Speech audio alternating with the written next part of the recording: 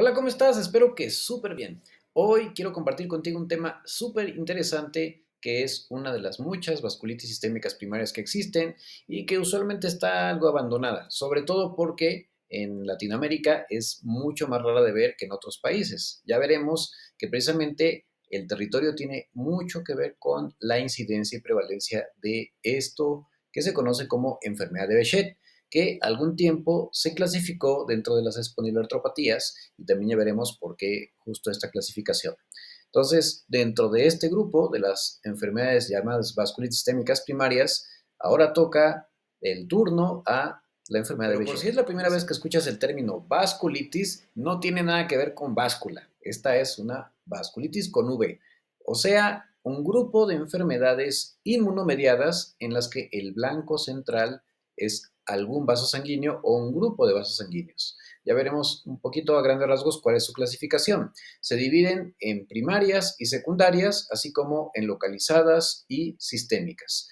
Primarias se les llama cuando no hay otro padecimiento de fondo que explique mejor la presencia de dicha vasculitis, dentro de las que las más conocidas son las asociadas a ANCA. Dentro de las secundarias, la vasculitis asociada a artritis reumatoide es una de las más conocidas. En términos generales, todas las vasculitis tienen un comportamiento agresivo y se deben de atender idealmente por un médico que esté familiarizado, especializado en la materia, pero por supuesto que un buen reumatólogo perfectamente tiene las credenciales para tratarlas.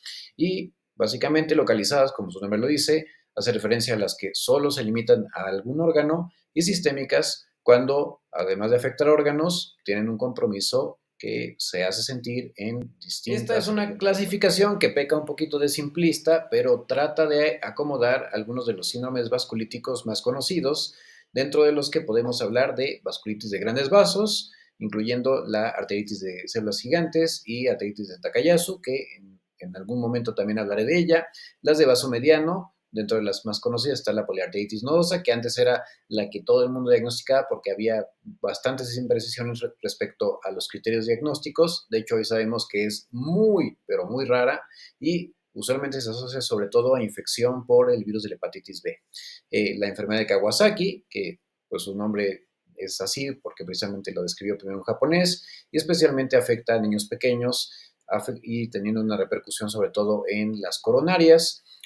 Dentro de las vasculitis que pueden afectar de pequeños a, a muy pequeños vasos y en ocasiones a los medianos son las vasculitis asociadas a ANCA, y de esas, bueno, ya podrás ver mi otro video que hice muy profundo al respecto. Dentro de las que están mediadas por inmunocomplejos, la crioglobulinémica, que ya también tengo un video, la vasculitis por IgE antes llamada Heno-Schollen, y otra que es muy rara también, la vasculitis hipocomplementémica urticariforme.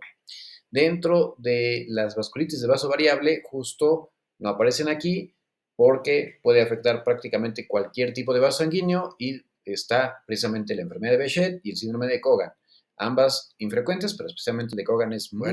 Y ahora sí, ¿de dónde viene este nombre? Precisamente de un turco que fue el primero en descubrirla, o más que descubrirla, describirla con precisión, y que es Behçet. Se le ha dejado dicho nombre porque la verdad es que fue bastante lo que hizo por ayudarnos a comprender la fisiopatología de este padecimiento y especialmente aprenderla a discriminar y diferenciar de otras vasculitis. Así que adentrémonos a este comenté previamente, se clasifica como una enfermedad de vaso variable, o sea que puede afectar cualquier tipo de vaso sanguíneo, y lo que la hace compleja es que suele ser muy necia en cuanto al tratamiento y es muy habitual que haya recaídas. Además de que el espectro clínico, o sea, la forma en que se va a comportar es algo amplio y eso por supuesto también dependerá de en qué región nos encontremos, donde se pueden encontrar incluso, o se pueden hallar con mayor frecuencia desde casos leves. En cuanto a la epidemiología, algo súper interesante es que es especialmente más vista o más frecuente en lo que se conoce como la ruta de la seda, siendo por mucho, como puedes ver aquí en la gráfica, la región de Turquía, en donde tienen más de 400 casos por cada 100.000 habitantes. Entonces, algo hay ahí que tiene que ver con genes y también, de acuerdo a muchos estudiosos, con algún factor infeccioso que en algún punto del camino, pues a toda la descendencia la dejó marcada de cierta forma.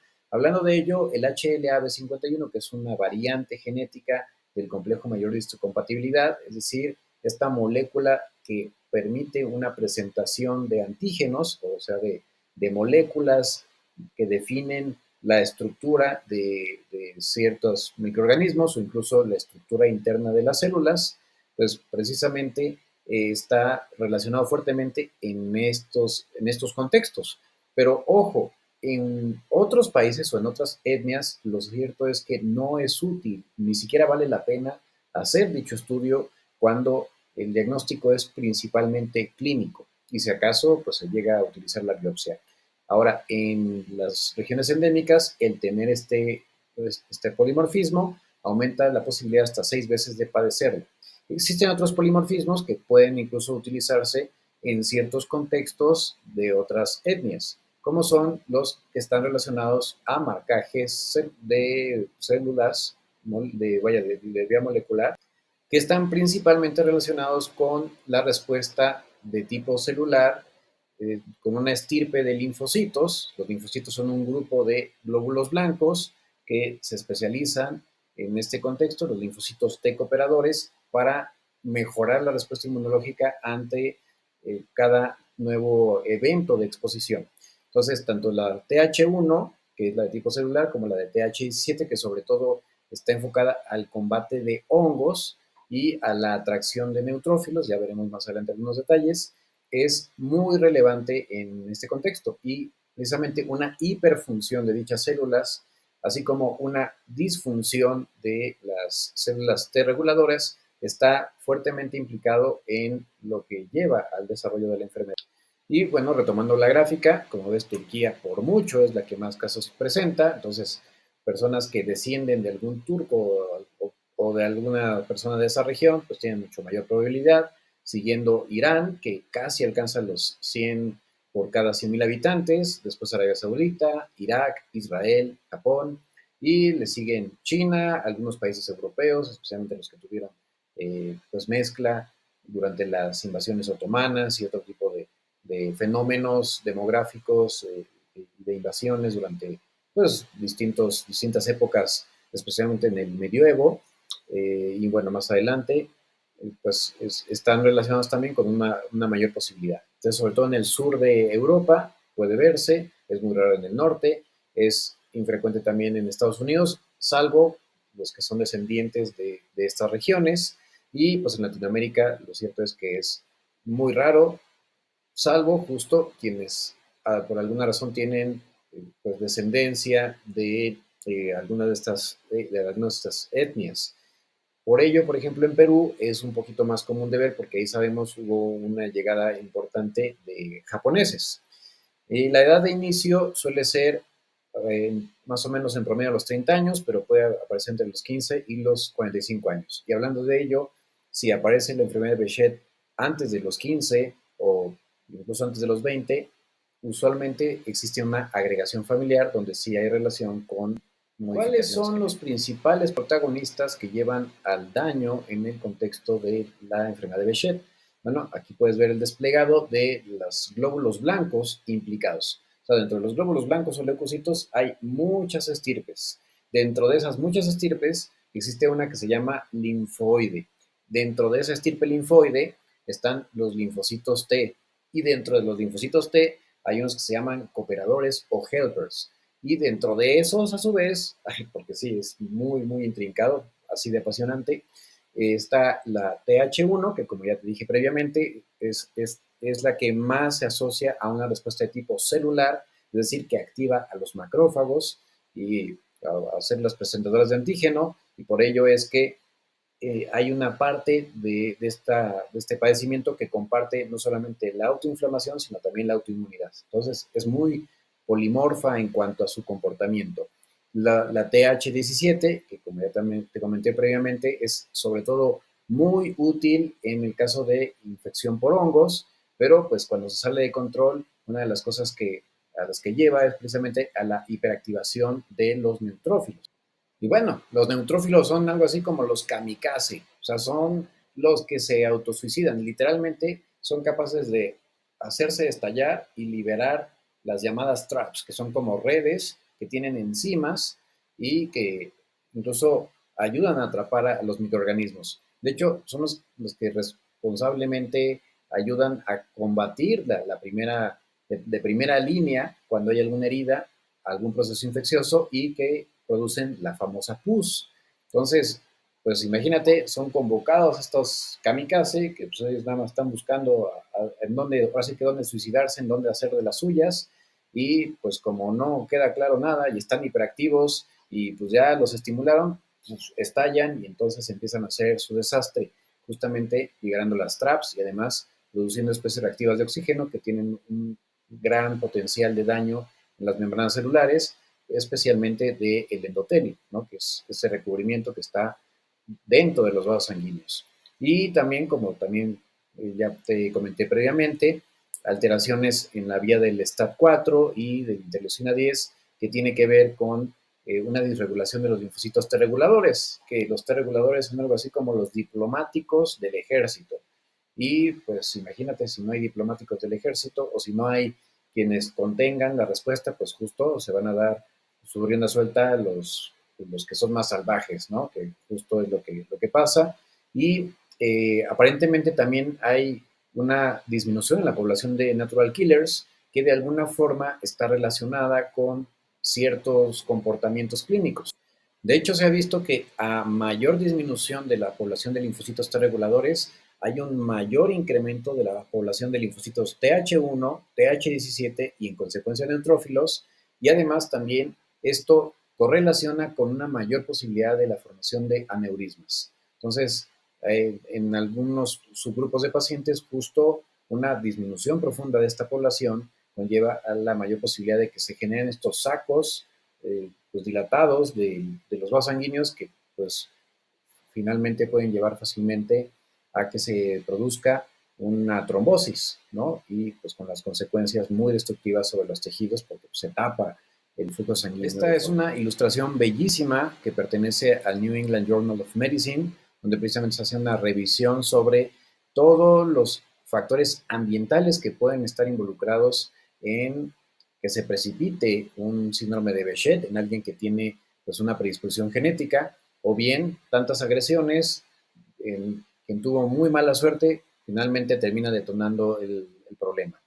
Habitualmente sí hay un background genético. De hecho, aquí están todos los genes que se han implicado y algo interesante es que incluso algunos, como por ejemplo el NOT2, está pues también vinculado con afecciones como la enfermedad inflamatoria intestinal, especialmente la enfermedad de Crohn, que incluso puede llegarse a confundir, porque hay pacientes que pueden solo tener afectación del tracto digestivo. Es raro, de hecho nada más pasa como en un 5%, pero bueno, es algo que puede suceder, así como también polimorfismos en el factor de necrosis tumoral y el HLA-BB51 que ya vimos. Y otros que, bueno, no voy a profundizar en ello porque esta no es una clase de biología molecular ni de genética, pero sí hacer énfasis en que ciertos patógenos como los estreptococos, que pues son de hecho bacterias que usualmente están en nuestra piel, pero pues hay ese contexto genético, pues, eso pueden, digamos que favorecer la corrupción del sistema inmunológico, igual que infecciones por el herpes, de ahí que no sea nada raro, de hecho es parte de la enfermedad, la aparición de úlceras, que se parecen muchísimo en cuanto a, pues al tipo de lesión, aunque claro, las de herpes son distintas porque suelen ser en racimo, en tanto que las de Behçet suelen estar, o sea, confluir, pero ser un tanto más profundas. El punto aquí es que una infección previa por virus del herpes puede ser el antecedente histórico que termina desencadenando la enfermedad. Pero ojo, calma, no porque hayas tenido alguna de estas infecciones significa que vas a tener Behçet, ¿eh? De hecho, eso es muy infrecuente.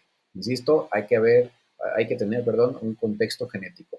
También la disbiosis intestinal, que está súper de moda, tanto en saliva como en el intestino, pues puede conducir a que proliferen microorganismos que favorecen la respuesta inflamatoria, que nuevamente en un contexto genético, como son estos genes, el MFV, el TLR4, que tiene que ver con los Toll receptors, el NOT2, el FUT2 y pleomorfismos del factor de necrosis tumoral alfa, pueden llevar a pues, la alteración en la barrera del intestino, la salida de bacterias, la dispersión de sustancias tóxicas que a su vez desencadenan una respuesta inflamatoria y llaman, convocan a primero a través de las células dendríticas, las respuestas diferenciadas de los linfocitos T que previamente te comenté.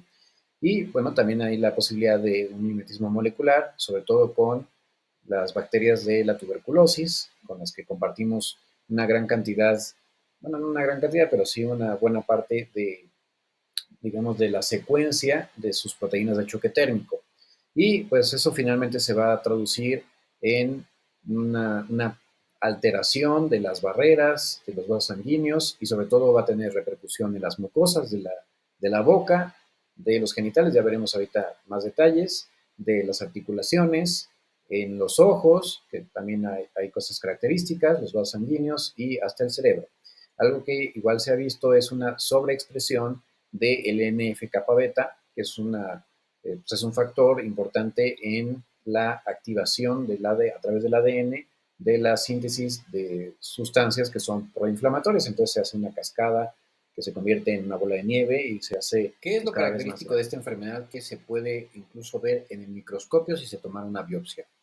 Lo más típico, al igual que muchas vasculitis, es la necrosis, es decir, la muerte de las células, que produce una respuesta inflamatoria. Es común, por supuesto, la infiltración de los vasos sanguíneos, que suele ser transmural, es decir, que atraviesa todas las capas del vaso sanguíneo y que puede no asociarse a aneurismas. E inclusive, en algunos casos se ha llegado incluso también a describir la presencia de granulomas, aunque eso es más común en otro tipo de vasculitis. Y la afectación multiorgánica, principalmente destacando la de la piel, mucosas, en ojos, vasos sanguíneos y desde luego sistema. Aquí podemos ver un esquema muy bonito del New England Journal of Medicine que nos permite ver la distribución de las manifestaciones clínicas en frecuencia, siendo lo más común que afecte piel, mucosas y articulaciones. Dentro de los que más, definitivamente son las mucosas de la boca, 98% van a tener úlceras que suelen ser muy dolorosas, cosa que se diferencia del lupus, que habitualmente son asintomáticas. Hasta un 65% de pacientes van a tener también úlceras genitales que son súper dolorosas y se debe hacer el diagnóstico diferencial con herpes simple de tipo 2. Y bueno, aquí obviamente también ponemos énfasis en que va a haber un porcentaje importante que no presente este tipo de úlceras. Y en el caso del varón, puede presentarse inflamación testicular por orquiepididimitis, 6% de ellos. Las lesiones en la piel van desde la pseudofoliculitis, que es inflamación donde surge el folículo piloso, vaya el vellito, ¿no? Especialmente los brazos y el tronco. También las lesiones pseudopustulares o papilopustulosas, que se parecen mucho al acné, de hecho se llaman acné-like, o vaya a los barros, el eritema nodoso, que son lesiones nodulares, inflamatorias, que son usualmente dolorosas y suelen aparecer en las extremidades inferiores. Pero ojo, el eritema nodoso en realidad puede aparecer en muchos otros síndromes clínicos, así que el que tú tengas eritema nodoso no es igual a enfermedad de Behçet. El test de Patergia, que es algo que hacemos los clínicos para, después de instilar una solución salina, se produce una ámpula, bueno, más bien una vesícula, que después se transforma en pústula y es muy particular la reacción que se presenta. La mitad de los pacientes van a tener dolor articular e incluso inflamación articular, que sobre todo va a afectar las rodillas, los tobillos, las muñecas y los codos, que puede ser ya sea simétrica o asimétrica, es decir, que solamente afecte una o pocas articulaciones. Y también puede encontrarse entesopatía, de ahí que justo antes se clasificaba dentro de las espondiloartritis, porque en los sitios de inserción del tendón o del ligamento con el hueso puede haber inflamación. Le siguen en frecuencia las manifestaciones oculares, siendo dentro de las más frecuentes de ver el hipopión, especialmente después de una uveitis, puede afectarse toda la uvea, o sea, todo el componente vascular del ojo, usualmente, de hecho, no es granulomatosa, no usualmente, sino no es granulomatosa, a diferencia de lo que puede pasar en ciertas infecciones como, por ejemplo, la tuberculosis o incluso que puede pasar en las vasculitis óseas ANCA, especialmente la GPA. También se ha descrito inflamación directa de los vasos de la retina, o sea, una vasculitis retiniana dentro de los diagnósticos diferenciales de vasculitis retiniana precisamente está la enfermedad de Behçet. Después le siguen en frecuencia, bueno, ahí variable. Podríamos decir que las cardiovasculares, especialmente las venosas, son las que siguen en frecuencia, que aparecen hasta en un 40%, destacando sobre todo la trombosis venosa profunda, que es básicamente que se forma un coágulo en las venas de las extremidades inferiores. Pero ojo, esto es muy común en otros contextos y no significa que si tú tienes una trombosis venosa profunda, tienes Behçet. Entonces ahí ojo con eso. Pues entonces desde profunda a superficial, incluso afectar las venas de algunos órganos. Por ejemplo, el territorio pulmonar o en el hígado, lo cual puede ser súper grave, de hecho llevando a insuficiencia hepática. Afortunadamente es algo muy raro. Después le siguen en frecuencia las de arterias, donde puede haber dilataciones oculares, estenosis, o sea que se disminuye el calibre y se forma una trombosis, lo cual pone en riesgo, por supuesto, la viabilidad del órgano que está irrigado por dicha arteria. Pueden también inflamar, de hecho, las arterias coronarias. El corazón por sí solo se puede inflamar, especialmente en las válvulas, el recubrimiento del corazón, que es el pericardio, junto con el músculo, y bueno, como ya dije, las arterias que le dan pues nutrición al mismo.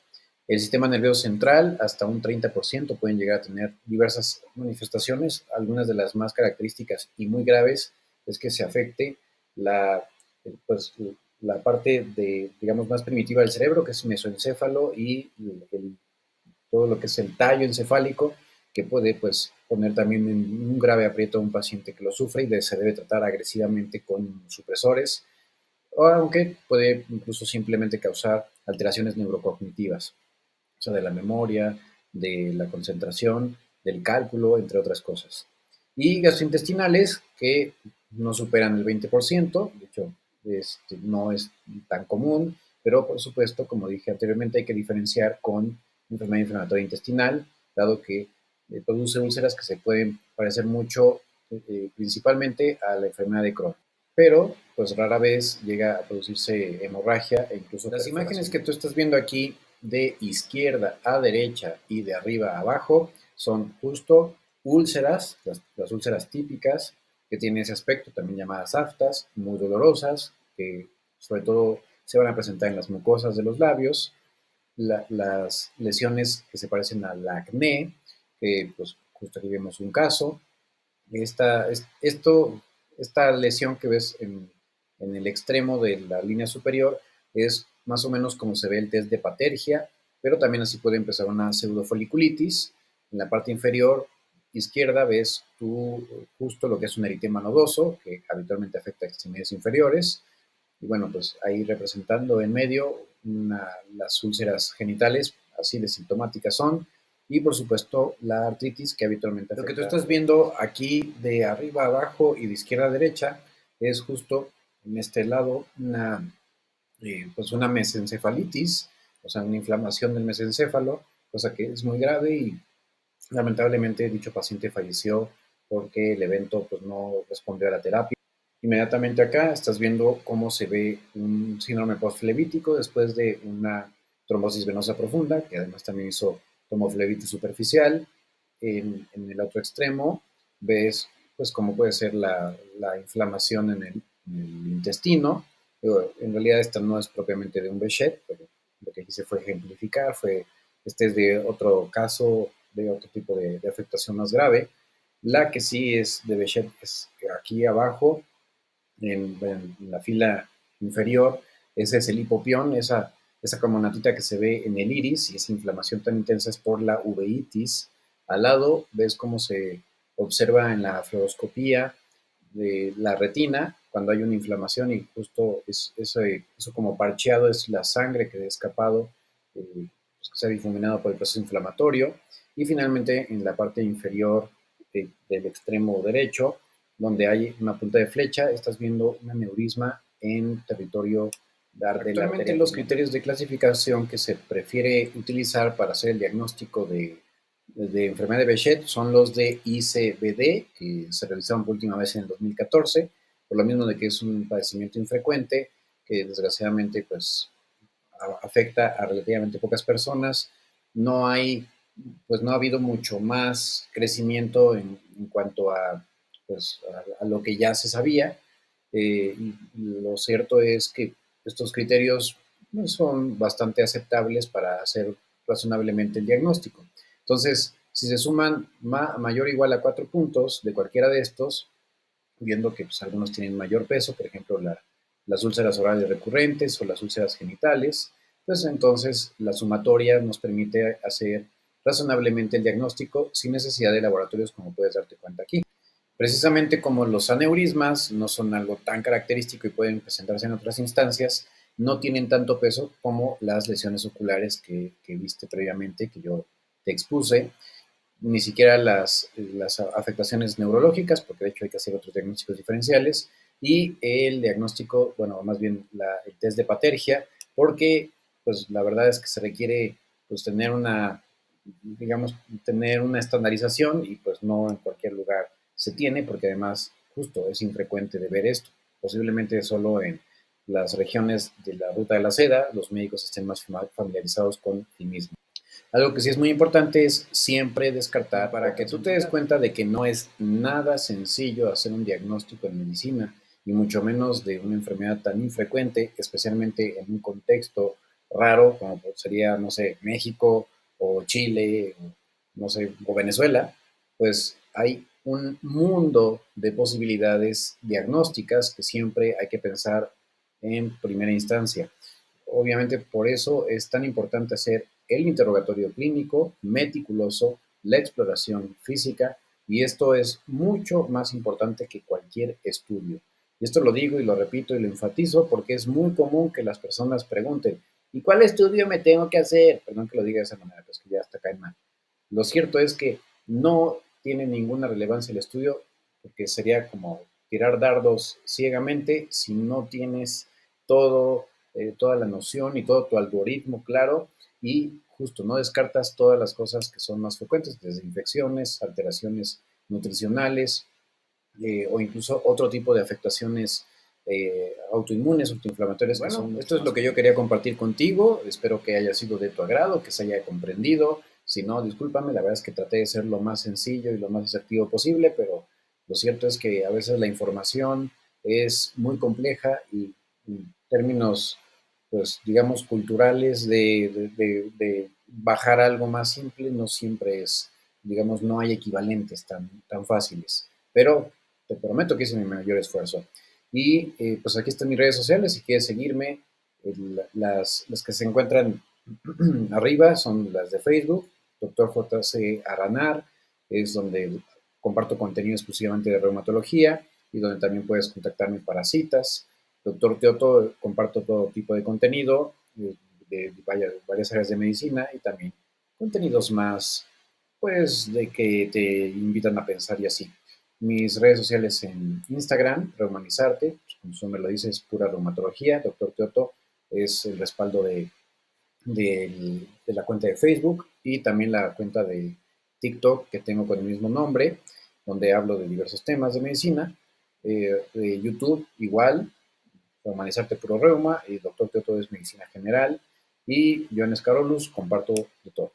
Cuídate mucho, si no te has suscrito, no olvides hacerlo y activa la campanita de notificaciones para que no te pierdas mis siguientes videos. Nos vemos en la próxima.